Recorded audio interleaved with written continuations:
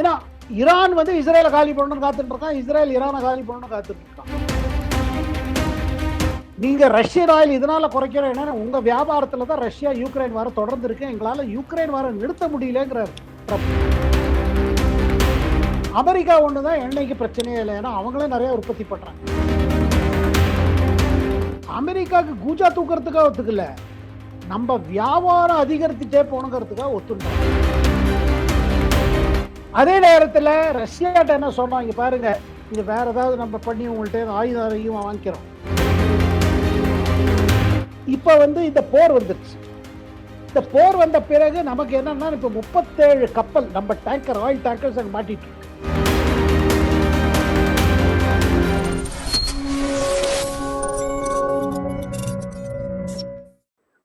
இப்போ பார்த்தீங்கன்னா சார், இப்போ இஸ்ரேலுக்கும் ஈரானுக்கும் போர் ஒரு பக்கம் போயிட்டு இருக்கு. ஒரு பக்கம் வந்து அமெரிக்கா வந்து 30 நாளுக்கு மட்டும் எண்ணெய் வந்து அவங்க அனுமதி வந்து கொடுத்துருக்குதா சொல்றாங்க. அதுல காங்கிரஸ் விமர்சனம் பண்ணியிருக்காங்க, இப்போ இருக்கிற திமுக கூட விமர்சனம் பண்றாங்க. இது எப்படி பாக்குறீங்க? ஏன்னா மோடி வந்து இந்தியா முழுவதும் வந்து ஒரு ஸ்ட்ராங்கான லீடரா பாக்குறீங்க, இந்த இடத்துல அமைதியா இருக்கிறதுக்கு காரணம் என்ன? அப்போ நீங்க உங்களோட தனி உரிமையை கூட உங்களால் முடிவெடுக்க முடியலையா பண்ற மாதிரி கேள்வி எல்லாம் எழுப்பிட்டு இருக்காங்க. இது எப்படி பாக்குறீங்க? இல்லைங்க, அது ட்ரேட் டீல். முதல்ல நம்ம இது புரிஞ்சுக்கிறதுக்கு ட்ரேட் டீலுக்கு போகணும். அவங்க ரஷ்யா யுக்ரைன் போரை நிறுத்துவதற்காக ரஷ்யாவிலேருந்து எண்ணெய் வாங்கிட்டுறவங்க மேலே 25% டேரிஃப் பண்ணிட்டாங்க அந்த பொருட்கள் மேலே. அதுக்கு மேலே ஒரு 18%, அதுக்கு மேலே ஒரு 25% போட்டு 50% பண்ணாங்க.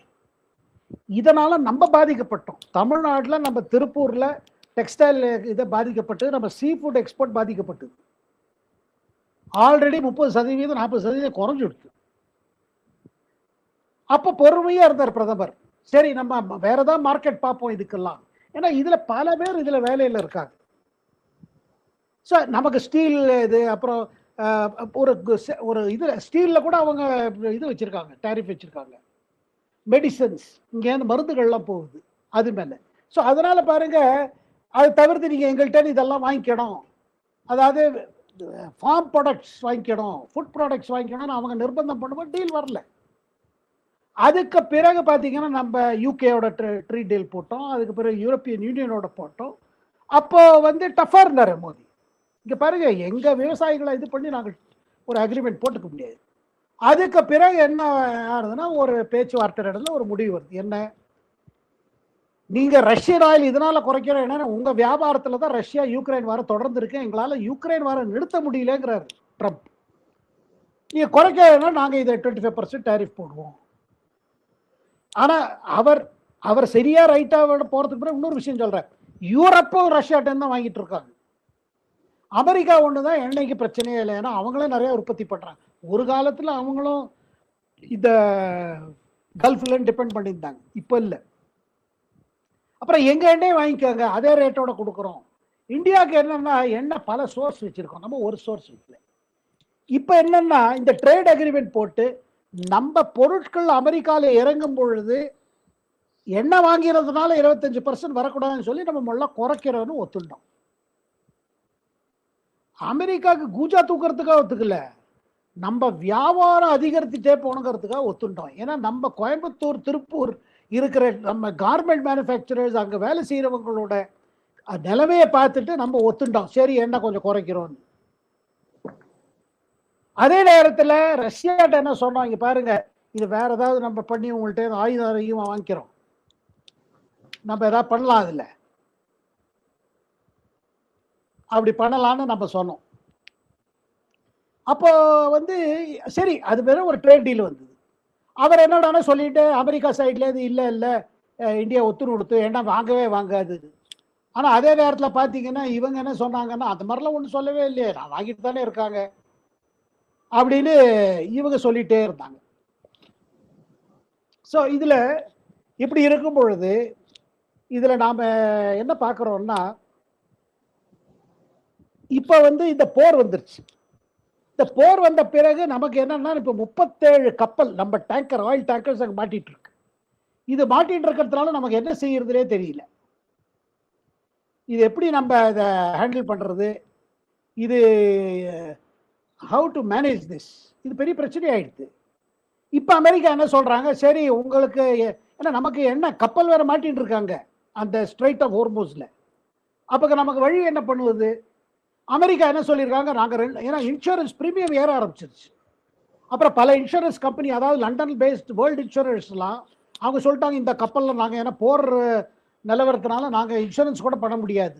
அப்போ அமெரிக்கா முதல் அஷூரன்ஸ் என்ன கொடுக்குது, உங்கள் கப்பலுக்கு நாங்கள் நேவி ப்ரொடெக்ஷன் கொடுக்குறோம். இப்போ நடக்கும் தாக்குதல் கூட பார்த்தீங்கன்னா அந்த ஈரானியன் இதெல்லாம் அடிச்சுட்டு இருக்காங்க, அங்கே இருக்கிற மிசைல்ஸ்லாம் வரக்கூடாது. இப்போ கப்பல் ஈரானியன் கப்பலை இது பண்ணிட்டு காரணம் அதே தான். ஸோ இப்படி நம்ம பண்ணிட்டு இருக்கும்போது பார்த்தீங்கன்னா இவங்க எப்படியாவது இதை வந்து இது பண்ணணும்னு பண்ணுறாங்க. ஸோ அதனால் நமக்கு இப்போ என்ன எங்கே ப்ராப்ளம் வருது பார்த்தீங்கன்னா, நமக்கு ஹவு டு, ஏன்னா நமக்கு மெயினாக கன்சன்ட்ரேஷன்ஸ் என்ன சொல்லிடுறேன். ஒன்று 90 லட்சம் பேர் இந்தியர்கள் அங்கே இருக்காங்க, கல்ஃபில் இருக்காங்க, ஈரான்லேயும் இருக்காங்க. இரண்டாவது, இந்த தொடர்ந்து எனர்ஜி நமக்கு இதெல்லாம் வந்துட்டே இருக்கணும், நம்ம இன்னும் சோர்ஸ் எல்லாம் தேடுறோம். அமெரிக்காவோட என்னன்னா அவனுக்கு சைனாக்கு போகிற எண்ணெயை குறைக்கணும், சைனாக்கு அவனுக்கும் டென்ஷன் ஓடிட்டு இருக்கு. அப்புறம் ஈரான்னால பார்த்தீங்க, ஈரானோட பாருங்க, ஈரான் நம்மளோட நல்ல உறவு தான், ஈரான்டேந்து வாங்கிட்டோம். ஆனால் ஈரான் மேலே சாங்ஷன்ஸ் வந்துருச்சு, அதனால ஈரான்லேருந்து வாங்குறது கம்மியாயிட்டே போகிறது. ஏன்னா அமெரிக்கன் சாங்ஷன் போட்டிருக்கான். ஏன்னா ஈரான் வந்து இஸ்ரேலை காலி பண்ணணும்னு காத்துட்டு இருக்கான், இஸ்ரேல் ஈரானை காலி பண்ணணும்னு காத்துட்டு இருக்கான். அண்ட் ஈரானுக்கும் சவுதி அரேபியாவுக்கும் ஆகுது. இந்த மாதிரி ஒரு இதில் நம்ம உள்ள மாட்டிட்டோம். நமக்கு தேவை உள்ளது இந்த 2-3 விஷயங்க. இதை தவிர்த்து பாகிஸ்தான் என்ன பண்றாங்க பாருங்க, அவங்க அமெரிக்காவோட முழுமையாக ஒத்துழைக்கிறாங்க, அவங்க பேஸ் எல்லாம் கொடுத்துருக்காங்க அந்த ஈரானை தாக்குதல்ல. நம்ம அதெல்லாம் செய்யல. ஆனா உள்ளூர் என்ன பண்றாங்க, அதையும் பண்ணிட்டு இங்க அமெரிக்காவோட கான்சுலேட்ல அட்டாக்கு, அங்க அட்டாக் இங்க அட்டாக், அமெரிக்கா எதிர்த்து ஒரு ப்ரொட்டஸ்ட் இருக்கிற மாதிரி அவன் கண்ட்ரியில் காமிக்கிறான். அது எப்போதும் பாகிஸ்தான் அப்படி பண்ணுவாங்க, இங்கேயும் போவான் அங்கேயும் போவான். ஏன்னா அமெரிக்காட்ட அவனுக்கு டாலரும் வந்துட்டு இருக்கும். ஸோ இந்த மாதிரி ஒரு புது சுச்சுவேஷன் இருக்கும் பொழுது நமக்கு என்னன்னா நம்ம எல்லாத்துலையும் பேச முடிய மாட்டேங்கிறது. அதுக்காக நம்ம கோழையாயிட்டோம், அவன் காலை தொட்டுட்டோம், சாஸ்தாங்க பண்ணிட்டோம், அது இல்லை. இது இந்த நிலைமை பாருங்க, இது எத்தனை நாள் போகுது? இப்போ 1 மாசத்துக்குள்ள முடிஞ்சிருச்சுன்னா ஓகே. போர் முடிந்த பிறகு ஏன்னா பாருங்க, பிரஷர்ல இருந்தா எப்படி புட்டின் வந்துட்டு போனாரு டிசம்பர்ல, ரஷ்யன் அதிபர் புட்டின் வந்துட்டு பல ஒப்பந்தங்கள் பண்ணிட்டு போயிருக்காரு. ஸோ ஆகையால் இது ஒரு சென்சிட்டிவ் ஸ்டேஜில் இருக்குது, இது போயிட்டு இருக்கு. நமக்கு நம்ம எல்லா நாடுகளுக்குங்க எது தப்பு ரைட்டே கிடையாது.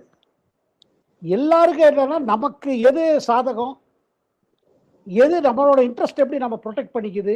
அப்புறம் விடாம நம்ம உள்துறை அமைச்சரும் சரி, நம்ம உள்துறை செயலாளரும் சரி, வெளியூர் அமைச்சரும் சரி, வெளியூர் செயலாளரும் சரி பேசிட்டே இருக்காங்க எல்லார்ட்டையும். ஈரான்ட்டி பேசுறாங்க, சவுதி அரேபியாவில் பேசுறாங்க, இஸ்ரேல்கிட்ட பேசுறாங்க.